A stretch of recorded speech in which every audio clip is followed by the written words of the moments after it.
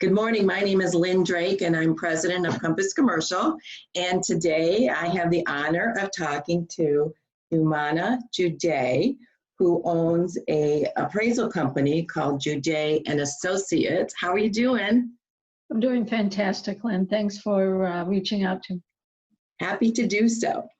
Okay, so I'm going to start by giving you a little bit of background about Jumana. She has an amazing resume, let me tell you. So let's start with that.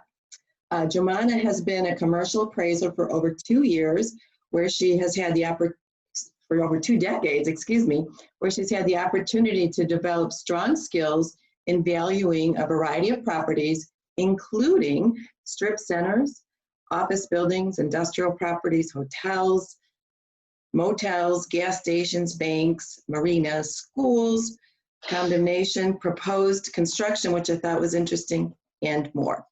She has become an expert on tax appeals and regularly testifies at the Michigan Tax Tribunal. Ms. Judeh is sought after lecturer on the topic of valuation today, both locally and globally. I want to share with you like some of the other things that she does, like the types of appraisals. Normally when we think of appraisals, we think of, a house, an office building, an industrial building, but she also does appraisals for litigation, proposed construction, bankruptcy, feasibility studies, highest and best use, IRS returns, that's interesting, title claims, and many more types. She also teaches and lectures to various groups on valuation. She's got all kinds of education, by the way. In progress, PhD candidate at Wayne State in industrial engineering. She also is, she got her certification appraisal back in 1997. She has a master's in industrial relations from Wayne State and a bachelor's of science from Purdue, of all places. I didn't expect that. That's where my dad went. Oh, really? That's exciting. Yeah. And she's associated with all these associations. I can't even, these affiliations, but I want to name, I think, a few that are really important. She's a board member on the CCIM, which is really great. We actually met each other through Crew, where she was the president in 2013, which is a lot of responsibility and a lot of work. And then we got to know each other even better when she was on the board for the Girl Scouts of Michigan, and she was on the property committee, and we worked together on an acquisition there. The other things that really stood out for me on her experience is she was a planning commissioner for Dearborn Heights, and I don't think most of you guys watching know how much work and effort goes into that. I was also a planning commission, and in addition to that, she was on the Zoning Board of Appeals for Dearborn Heights. Wow, that's a lot of stuff. She's won many awards. She was voted into the Midwest Hall of Fame for the Midwest Real Estate Magazine Hall of Fame, in 2013, the Michigan Women's Hall of Fame in 2011, and she also was given the Diversity Business Leader Award from Court Magazine, whom I also love. She started her company in 1997. Wow, and I didn't even touch half of it. No, and you know what? I don't want to spend too much time on introducing me. I think it would be great to just get started, but I appreciate, I'm humbled by your introduction. I'm a go-getter. I can't sit still. Once I accomplish, a goal, I raise the bar and I go on and do something else. And I'm sure you are too. That's what I'd like to think that. Okay, so let's get into the questions.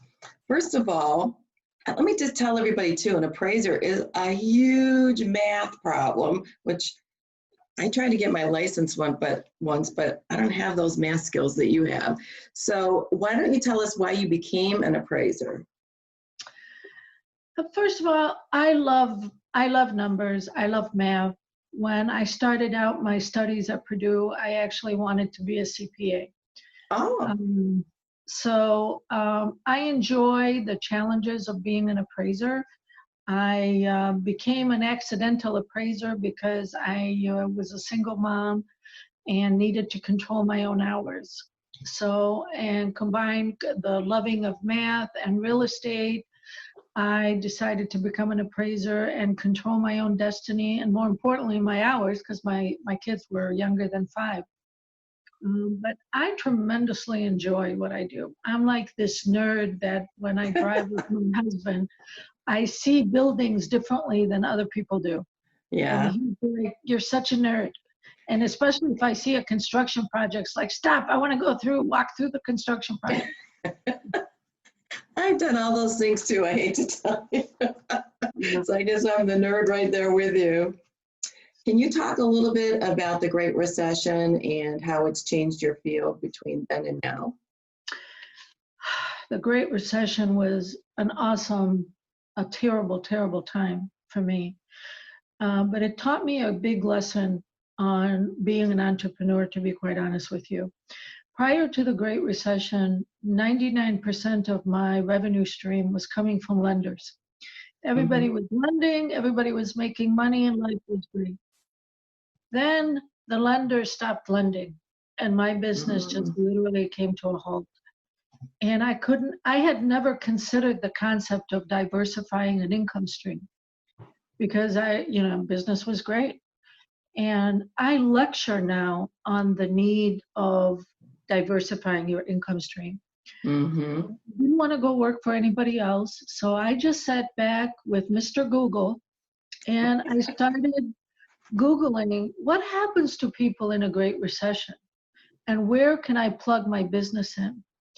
And I discovered money problems cause break up a lot of relationships. Partnership disputes, divorces, unfortunately, death, so probate, litigation, bankruptcy. So I went after attorneys and I hit them hard with marketing. And now the majority of my business is attorneys. And so I came out of the recession stronger than I went into it. Whereas some of my colleagues actually went out of business, I just reinvented myself. Which is what we need to do now with Corona. What happens if you do an appraisal for a business, for let's say an office building, and the buyer tells you that they don't think that you appraise it for as much money? What happens? I deal with that all the time, to be honest with you, Lynn. So I try to take precautions before I get to that point. So for the one thing that I always like to do, if possible, is have the borrower, whoever that is, if it's the property owner or the buyer, whoever, do the walkthrough with me. So what I see, that person sees. Got it. And so we have a discussion, as to how I feel about the value. I just try to point out, oh, look, there's a crack in the foundation. Oh, look, the roof is leaking. Oh, how old is the roof? Well, it really needs to be changed. Okay, well, so I point things out indirectly so that when the borrower gets my report, they're not so shocked by what I've done. Okay. The other thing is I have a dialogue with the owner, whether he or she is with me or not.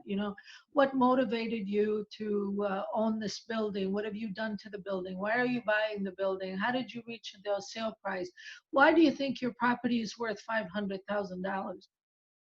So honestly, I really try to preempt all of that by having the borrower be part of the process. Okay, that's great to know.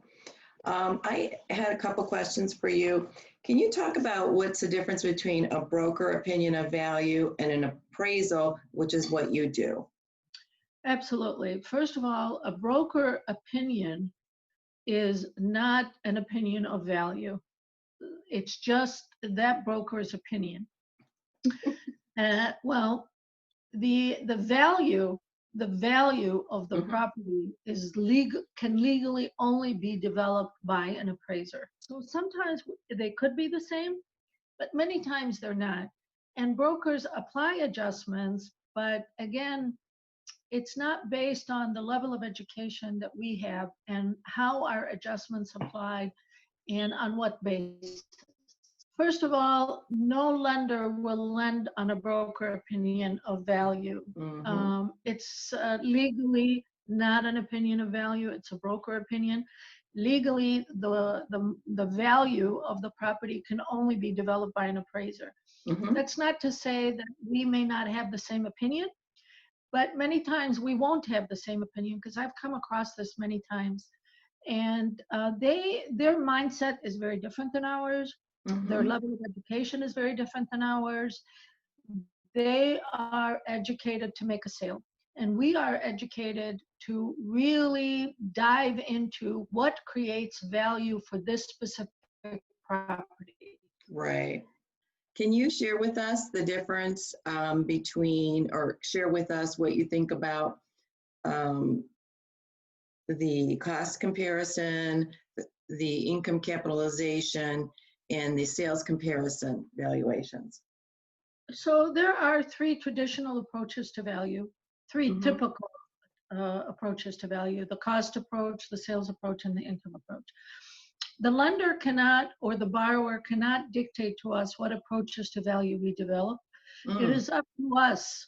Licensing regulations requires us to research and study the three approaches to value for every single assignment and make a conscious decision that is disclosed in our report why we did not develop a specific methodology. The cost approach is typically not developed for older properties. It is definitely an indicator of value for new construction or special use properties such as hotels or gas stations or marinas. So it's developed in very limited sense. The sales approach is the most popular approach to value, where you begin to look for comparable sales within the market for the subject. Now, sometimes the geographic distance could be 20 miles, depending on, if it's a small office building, in a market that's full of small office buildings, you don't have to go far. But let's say you're doing a regional mall, then you might have to actually leave the state for comparables. So we're not restricted by a geographic distance, like maybe on the residential side. We decide what a typical buyer thinks the market is. And it's definitely, and most people will say, well, you left the city for comparables. Well, most commercial investors are not limited by municipal boundaries. They're limited by many other things. The income approach is very critical for investors. That is something we look at where the property is a multi-tenant property, or it's a single user property in a market where those property types are typically leased.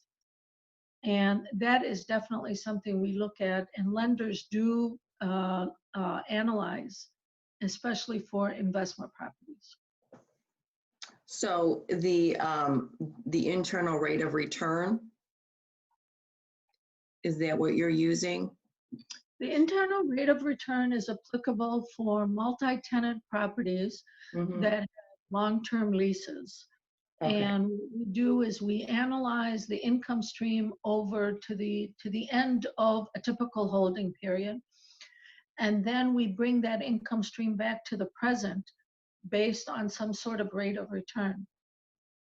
That is something critical for investors who are looking to invest in a property for a specific period of time. And it's also something very critical for lenders on multi-tenant properties. Can you talk briefly about the mortgages, the terms of the mortgages, and why, or if it has an effect on the length of the leases when you're valuing that asset? Well, the length of the leases is an interesting topic to discuss. Lenders want long-term leases. And tenants do not want long-term leases. Right. As you know. And sometimes landlords don't want long-term leases. Sometimes landlords are fine with a month-to-month, depending on the type of market they're in. So if you have a long-term lease that is below market, that the contract rent or effective rent is below market, that is going to have a negative effect on your value. Because when Right. I come in, my hands are tied by the leases that are encumbering the property. There's a positive leased fee value and there's a negative leased fee value. So the landlord has to be very careful to align their lease, not to their company's business decisions, but try to align those leases with the market, because in the end, if they do apply for mortgage, whatever those leases are is going to come back to haunt them. And Right. even if they decide that, well, I just want 1-year leases, I own some properties, and based on the tenant makeup, I don't want long-term leases. All my tenants are 1-year tenants. It depends on the tenant makeup and the market that you're in. But Okay. it will have a direct effect on value. Right. So if a landlord has his mortgage coming up for renewal, because the mortgages tend to be short term, correct? Even though they're amortized a longer term, but the length of the term is short. So if their lease is coming up and they have a bunch of 3 to 5 or 7 year leases, it makes it easier for them to remortgage. Yeah, I mean, anything above 3 to 4 years Okay. is definitely going to be taken seriously, because look at it this way: you have to also take into consideration the marketing period of a unit versus the lease. Mm-hmm. I mean, you're a Right. master at this. So if the marketing period is a year and you have a 2-year lease, that's neither here nor there. But once you start getting into a 3 to 5 year leases, then you're going to have to start looking at the IRR of that lease. Right. Which is your internal rate of return. Okay, let's see. Um, should the borrower accompany the appraiser during inspection? You said you do that, right? I really prefer that the borrower be with me, because I want the borrower to see what I'm seeing. If there's an abandoned building next door to you, I want him or her to see it. If there's a ton of vacancy in that neighborhood, I want to point it out to them. Oh, why do you think there's so much vacancy in this market? Mm-hmm. Preempts any future problems that I'm going to have once I turn in my report. Good. Okay. What do you do to stay up to date on recent developments in the market and legislation? That's very important, because before the Great Recession, all appraisers had a wonderful relationship, for example, with the loan officers, which is also called the operation side of Mm-hmm. lending. Then the famous legislation of Dodd-Frank came along and put up this massive brick wall between us and the operation side of lending. And then we had to reinvent ourselves and try to figure out how we're going to have a relationship with lenders if we can't talk to them. Mm-hmm. So I really stay up to date. Legislation is very critical, especially in the COVID-19 now. There's a lot of talk about changing legislation as it affects our field. Mm-hmm. Um, I'm a member of several professional organizations that really keep their members up to date. And I'm very careful about that, because it will have a direct, if I miss something, it's going to have a direct effect on my business. What are the major elements that contribute to the value? I think we might have touched on that already. Did you want to add anything to it? Well, I think the major elements that make value extend way beyond the property's borderlines. Yes, the property's condition and its makeup and its characteristic is all going to have a direct effect on value. What people seem to forget, that its value is really dictated by what's happening outside of the property and the market that it's in. And Mm. that is something that's really critical. If you're located in a high vacancy rate, if you're located in a down market, those external factors have a direct effect on value, and people tend to forget that. Well, I have a new roof. Well, that's great. You don't get brownie points for having a new roof, because you're supposed to have a roof that doesn't leak. And it's funny, because I have this discussion all the time with people. I just got a new roof, or I updated my HVAC system. Okay, well, that's great. You're supposed to do that to hold your value. Right, right, right. Here's a question I missed before, which I think is important because I do this and I don't know if this is right. Usually, I usually share my comps with the appraiser. Is that right, wrong, and different? Well, I welcome the agent that is working on a transaction to work side by side with me. I can't share information with an agent, but I can certainly consider everything the agent has, and I welcome it. A lot of agents think because of Dodd-Frank, they're not allowed to talk to us.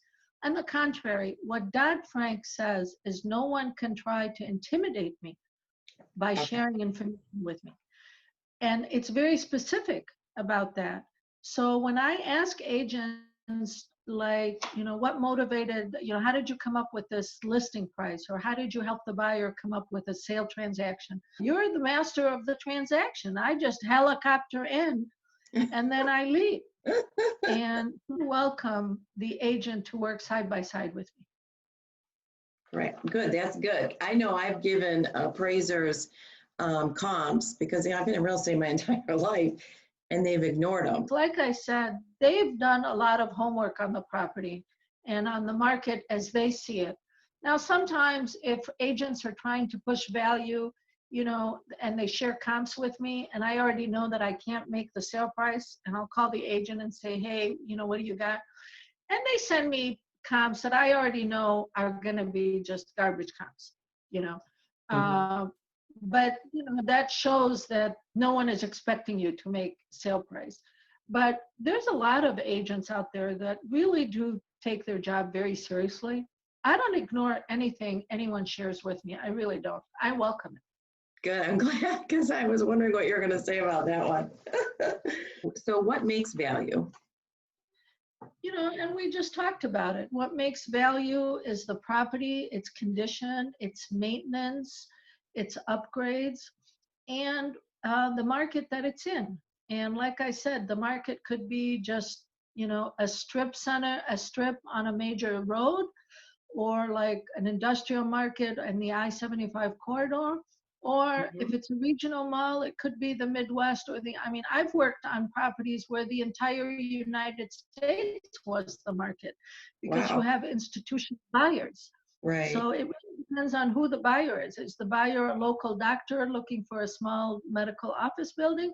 Or is the buyer the Simon Group looking to, buy another regional mall? Mm-hmm. What makes value, and this is something a lot of people don't understand, is it's the property and its ability to generate an income stream as well as the market it operates in.